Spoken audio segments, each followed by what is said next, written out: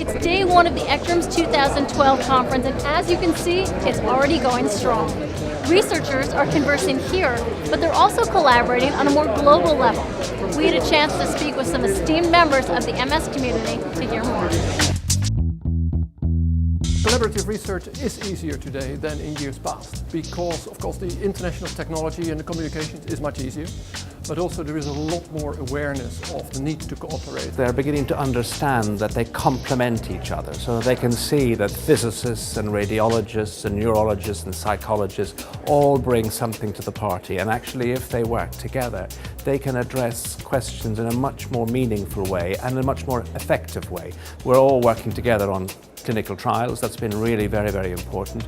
And secondly, organisations like ECTRIMS, ACTRIMS, LACTRIMS, the MS International Federation are bringing together people with common themes to focus on common questions and to try and resolve them. As questions get more and more complex, I think you need to have more groups working together.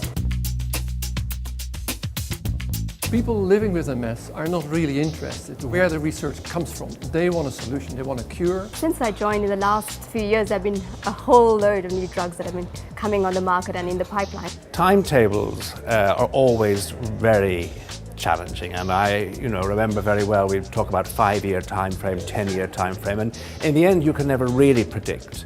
However, if people will work together and won't duplicate, if we can build on each other's work, you reduce the timetable. We need to look at quality of life aspects, and there's a lot of aspects there that we're learning a lot more when it comes to cognition, depression, and just ensuring that they can have better quality of life. The first biggest challenge, obviously, is money. The pharmaceutical companies spend much more money, of course, than the charities do. But what the real crunch is to get the basic research which is done in research institutions, to get that bridged towards the pharmaceutical companies so that the treatments can be developed. Another great challenge that we have is to break down the silos that are currently there in research. Those living with MS, the academic researchers, and the pharmaceutical companies, and we all three need to work together to find that answer to a cure. We still know very little about this disease, so I think that's one challenge, is really to understand the biology. I suppose the most important questions, the most important areas would be identifying targets in the lab that we can actually transform into treatments for patients, working out what we really mean by things like progression, which we can do in the lab, and actually then apply that to how we think about patients and manage patients. They're two of the really key areas for that movement.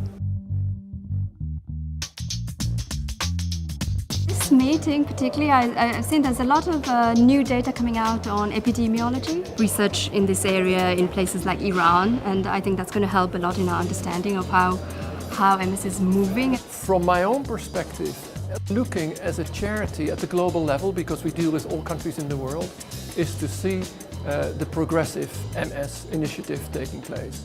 The NMSS in America took a great initiative in bringing several societies together.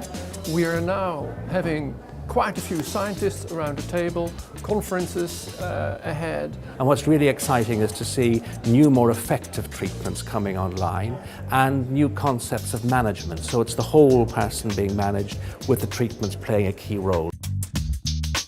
Tomorrow we'll be talking about progressive MS, how researchers are coming closer to understanding that type of MS and how that affects the people who live with it. See you then.